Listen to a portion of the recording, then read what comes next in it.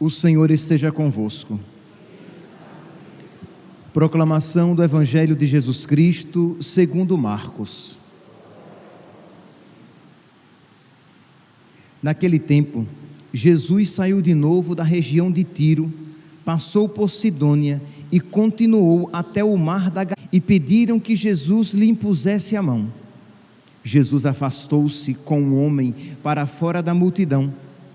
Em seguida, colocou os dedos nos seus ouvidos, cuspiu e com a saliva tocou a língua dele. Olhando para o céu, suspirou e disse: Éfatá, que quer dizer abre-te. Imediatamente seus ouvidos se abriram, sua língua se soltou e ele começou a falar sem dificuldade. Jesus recomendou com insistência que não contassem a ninguém, mas quanto mais ele recomendava, mais eles divulgavam.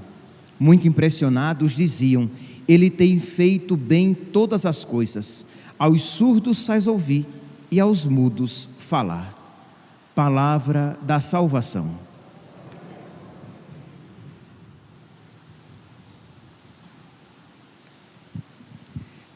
Caríssimos irmãos e irmãs, hoje temos a alegria de celebrar a memória de Nossa Senhora de Lourdes, que faz referência a uma aparição de Nossa Senhora numa gruta a uma menina chamada Bernadette Soubirous. E no dia, a primeira, foram 18 aparições, mas a primeira aparição se deu no dia 11 de fevereiro de 1858. Bernadette Soubirous, ela cuidava dos porcos, já era uma menina muito simples, não estudada, e como diz a palavra de Deus, Deus escolhe os fracos para confundir os fortes. Nossa Senhora escolheu aquela menina tão simples para trazer uma mensagem tão importante para nós. Mas para que nós melhor possamos compreender a mensagem de Nossa Senhora e a própria aparição, isto é, o impacto daquela aparição de Nossa Senhora naquela sociedade, na igreja naquele tempo, nós temos que levar em consideração que nós estamos num período em que a filosofia do positivismo tinha acabado de surgir e estava estendendo os seus tentáculos no mundo. Em que consistia? E vocês vão ver o quanto esta filosofia, infelizmente, ainda está presente, inclusive dentro de muitos da igreja. A filosofia positivista, ela parte do princípio de que todas as coisas têm uma explicação natural, uma explicação humana, e embora ela postule a existência de Deus, essa filosofia diz assim que nós não sabemos como é Deus, o que é Deus, por isso que qualquer coisa que a respeito dele se disser, está ok. Por exemplo, um exemplo de uma entidade regida pelo positivismo, a maçonaria. A maçonaria, ela é positivista. É por isso que, segundo os maçons, um católico não pode ser maçom, né? Mas eles dizem que pode, um católico, um protestante, um budista, um espírita, um judeu, um muçulmano, um hinduísta, porque embora estes tenham uma posição totalmente contrária uns dos outros a respeito de Deus, a respeito das coisas espirituais, eles dizem que, como nós não sabemos nada sobre Deus, tudo a respeito dele pode ser dito. Então percebe que um cristão católico, que um cristão não pode compartilhar de uma filosofia dessa. Pois bem, então o que é que também a filosofia positivista diz? Ela diz que Deus não é um Deus providente, não é um Deus que intervém na história, mas é um Deus, digamos, um Deus relojoeiro, que cria um relógio, dá cordas nesse relógio e o deixa à própria sorte, sendo regido pelas suas próprias regras, pelas suas próprias leis. Então não é um Deus, por exemplo, que envia anjos, nem é um Deus que faz milagres, nem muito menos um Deus que envia a Virgem Maria para trazer uma mensagem à Terra. A mentalidade positivista vai dizer assim: não é que Jesus Cristo multiplicou os pães. Ali houve uma partilha, e eles partilharam, e cada um deu um pouco do que tinha, e todos ficaram satisfeitos. Mas não é isso que o dado evangélico diz. Jesus Cristo multiplicou os pães. O evangelho de hoje, Jesus que cura um surdo que falava com dificuldade. Ora, eles vão dizer, não é que Jesus curou ninguém, mas Jesus, o encontro com Jesus fez com que ele se abrisse de uma maneira nova à palavra. É sempre uma explicação metafórica, é sempre uma explicação que nega o dado concreto realizado ou acontecido. Não é que Jesus andou sobre as águas, mas é que Jesus, ele é soberano diante das dificuldades representadas pelas águas. Não é que Jesus ressuscitou, que o seu corpo voltou à vida, mas é que ele continua vivo nos nossos corações, embora o seu cadáver ainda esteja lá no túmulo. Então é esta a ideia positivista. Percebe que um cristão católico nunca poderá aceitar tal afirmação, tal filosofia. Então foi neste ambiente que Nossa Senhora apareceu, isto é, neste ambiente que influenciava teólogos, padres e bispos, na sua compreensão da doutrina, da palavra de Deus, e que influenciava inclusive nas suas pregações. Então uma menina analfabeta começa a dizer que Nossa Senhora apareceu para ela. Então vocês podem aqui imaginar, né, o alvoroço causado porque Nossa Senhora apareceu nada? Que história? Isso deve ter alguma explicação natural, algum desequilíbrio, um estado de histeria, alguma coisa. Mas é claro, segundo eles, é claro que Nossa Senhora não pode ter aparecido. E Nossa Senhora verdadeiramente apareceu.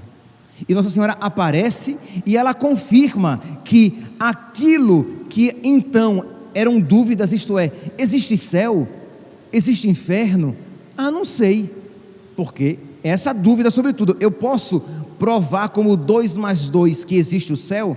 Não, então não existe, porque tudo tem que ser empiricamente provado. Como você não pode provar empiricamente, então ninguém fale de céu, ninguém fale de inferno, porque só existe esta vida aqui neste mundo. Percebe, meus santos, que muitas vezes isso não é pregado, mas é alentado e alimentado no próprio coração. Pessoas que vivem como se o céu e o inferno não existissem. Então elas são más, elas mentem, elas enganam, elas traem, porque não temem a Deus, que um dia há de julgá-las. Ou pessoas que vivem neste mundo e se entregam às tristezas e aos desânimos, porque se esqueceram de que existe um céu maravilhoso reservado para nós, um Deus que nos ama e que nos espera. Nós até falávamos um pouco disso no dia de Santa Baquita, né? A alegria daquela santa quando descobriu que existia um patrão que a amava e que por ela esperava. Então nós precisamos, meus santos, novamente reafirmar estas verdades fundamentais da nossa fé. Pois bem, então Nossa Senhora apareceu a Santa Bernadette e ela diz que uma mulher de grande beleza, vestida de branco, com um laço azul celeste na cintura, com uma rosa em cada pé, né? Uma rosa de cor dourada, da mesma cor que o terço que ela trazia na mão.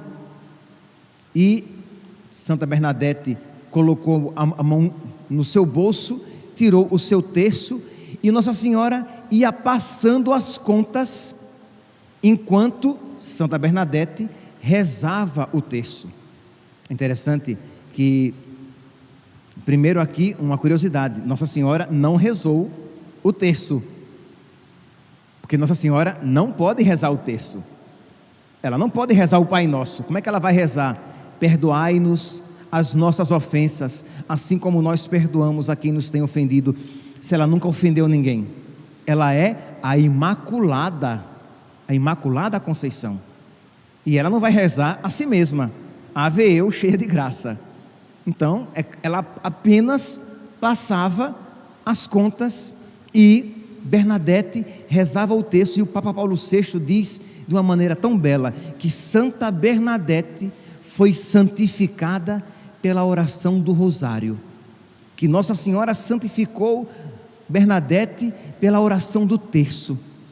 E aqui, meus irmãos, nós que estamos celebrando recordando esta verdade de que Nossa Senhora apareceu em Lourdes, na França, a uma menina chamada Bernadette, apresentando-lhe o terço e pedindo que rezassem pela conversão, dizendo que ela é a Imaculada Conceição. Nós então precisamos levar a sério isso e rezar o Santo Terço também. Não é uma pergunta retórica, é uma pergunta verdadeira. Você reza o terço todos os dias? Mas você reza com devoção? Porque entenda, meus santos, você pode rezar, e você reza, eu falava também por esses dias, no automático. Você reza pensando na morte da bezerra, você reza pensando em tantas outras coisas. Aí você pergunta: padre, mas eu não posso rezar enquanto trabalho? Pode. Você só não pode trabalhar enquanto reza. Isto é, que você, no seu trabalho, você pode rezar, mas você tem que ter um momento em que você não vai trabalhar e vai apenas rezar. Se você tiver momentos no seu dia, 2 momentos, em que você apenas reza, você estará capacitado a, nas outras ocasiões da vida, enquanto trabalha, a rezar. Então, enquanto você dirige, você reza. Enquanto você faz a sua caminhada, você reza. E pode rezar o terço da misericórdia. Você pode conversar com o nosso Senhor, pode e deve. Você pode fazer alguma jaculatória. Você pode fazer alguma oração particular que lhe é cara. Ótimo, sem problema, muito bom.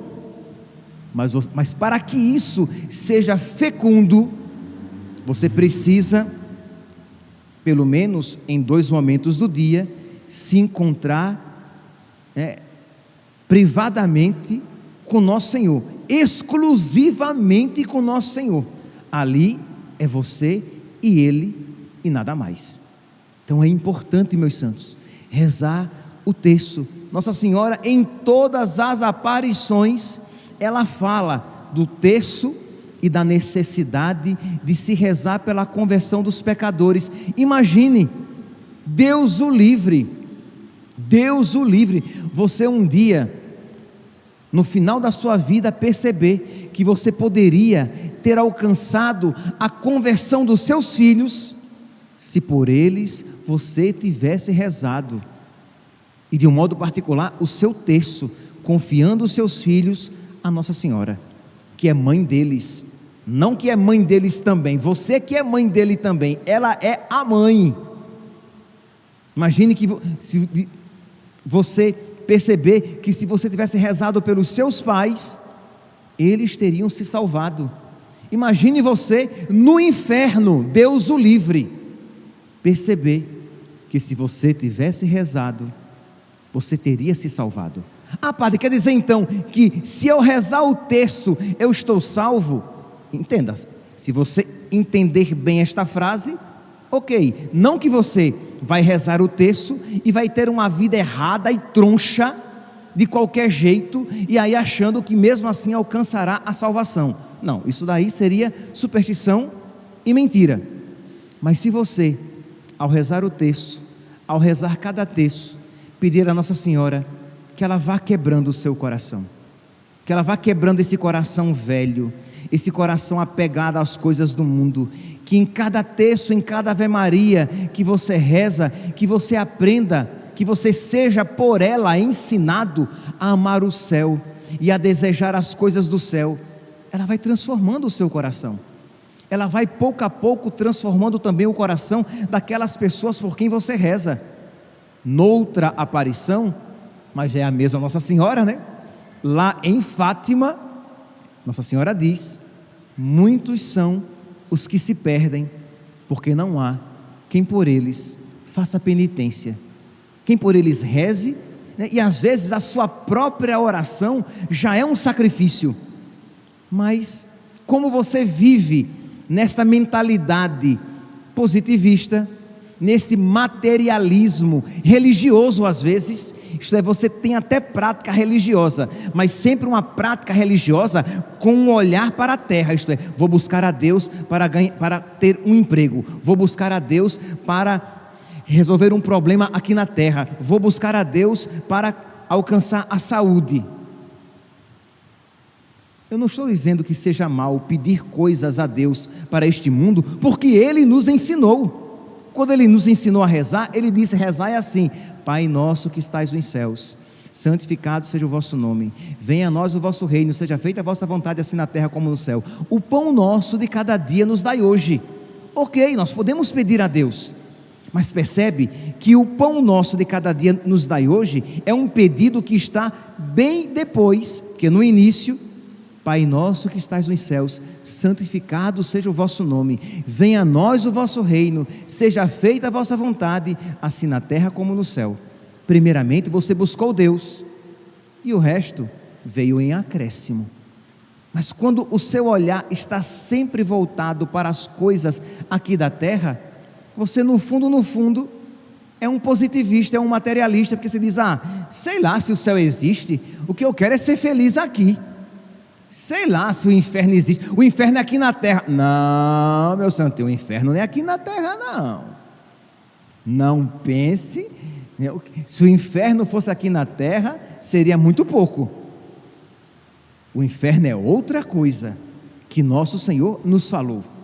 Então nós precisamos pedir em cada oração que nós fazemos, e de um modo particular, em cada conta que nós rezamos, em cada Ave Maria que nós rezamos, pedir a Nossa Senhora que ela coloque no nosso coração esta fé, este amor a Deus, esta ligação a ela, que ela nos desacorrente, que ela nos liberte do pecado e das correntes do diabo, e que nos ligue a ela.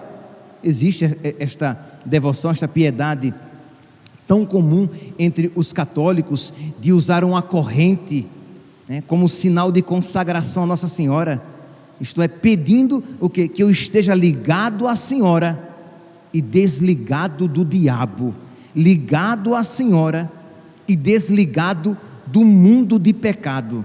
Porque é claro, meus santos, se São Paulo podia dizer: sede meus imitadores, porque eu sou de Cristo, de modo que quem estivesse ligado a São Paulo estaria consequentemente ligado a Cristo, muito mais Nossa Senhora, que é a Imaculada, a Virgem concebida sem pecado, a discípula perfeita, a Mãe de Deus e nossa Mãe.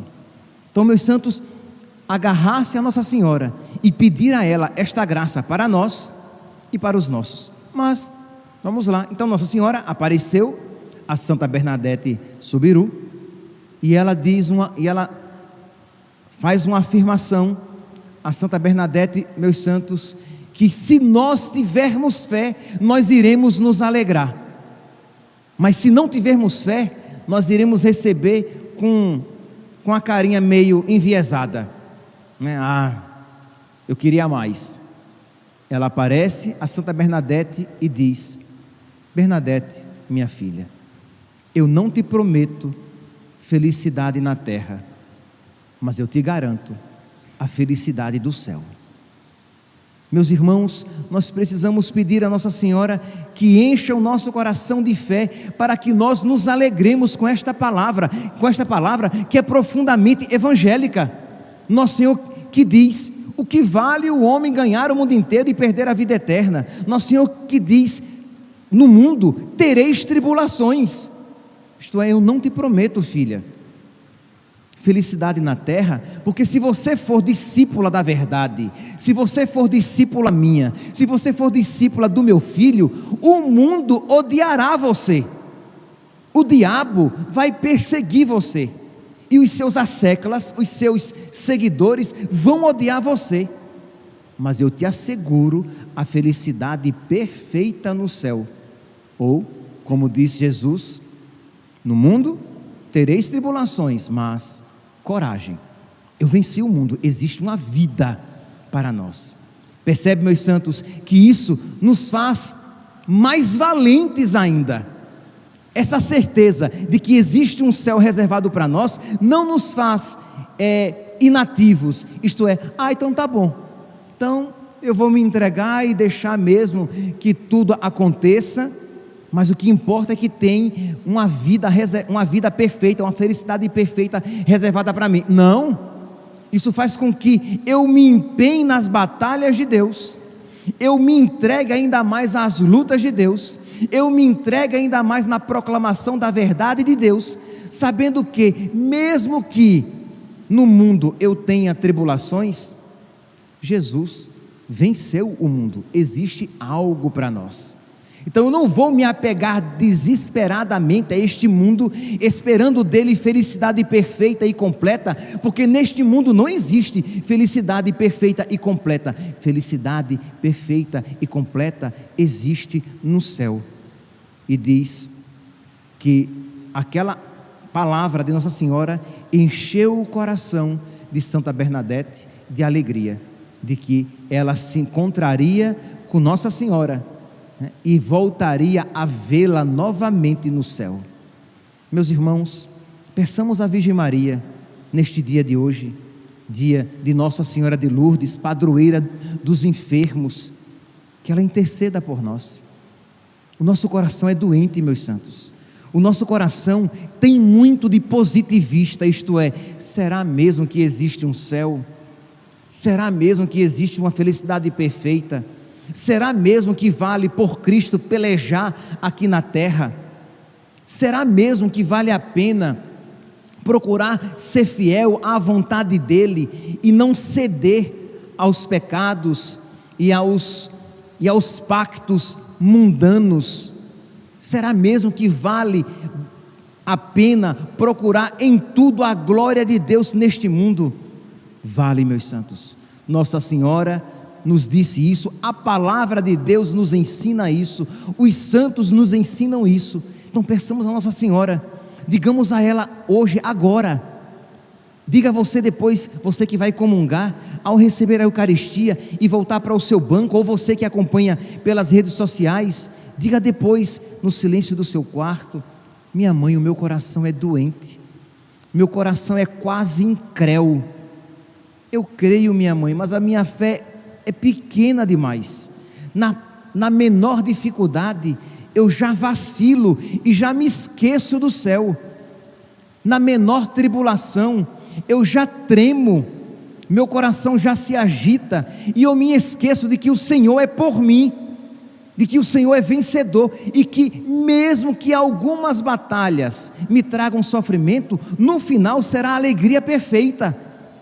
Então pedir a Nossa Senhora, pedir a Deus por intercessão de Nossa Senhora, este coração curado, um coração semelhante ao dela, um coração semelhante ao coração de São José, um coração semelhante ao coração dos santos, que criam nesta verdade, que acreditavam nesta verdade, e que por isso eram fortes o suficiente para passar pelo vale de lágrimas, de travar as batalhas necessárias e suportar as pelejas da vida.